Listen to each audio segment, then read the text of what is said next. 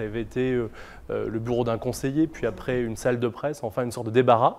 Et donc lorsque Jean-Yves Le Drian est arrivé ici, il a souhaité que l'on restaure complètement ce bureau, non seulement dans son mobilier, sa disposition, ses éléments de décor, mais aussi dans son atmosphère, ce qui justifie que vous ayez ici notamment des cartes que Clémenceau a utilisées, une bibliothèque avec des livres qu'il a consultés, et que cet ensemble voilà, nous permet de retrouver l'atmosphère de l'époque. Ça a été un peu comme une enquête policière. On a travaillé à partir de 2 maigres photographies, qui étaient les seuls éléments qui nous restaient de l'époque. On n'avait ni plan du lieu, ni dossier avec une sorte d'inventaire. On avait seulement 2 photographies en noir et blanc d'assez mauvaise qualité. Clémenceau travaille sur le bureau que vous avez ici, mais il a également un deuxième bureau, le Daru, le bureau de Napoléon, dont il se sert pour consulter des cartes. Et donc de Napoléon à Clémenceau, on a ce même usage qui est d'avoir un grand chef militaire, parce que Clémenceau était aussi un grand chef militaire, qui travaille très concrètement au quotidien sur des cartes d'état-major qui lui permettent de préparer, de réfléchir aux opérations. Pour les Journées du patrimoine, mais aussi à d'autres occasions,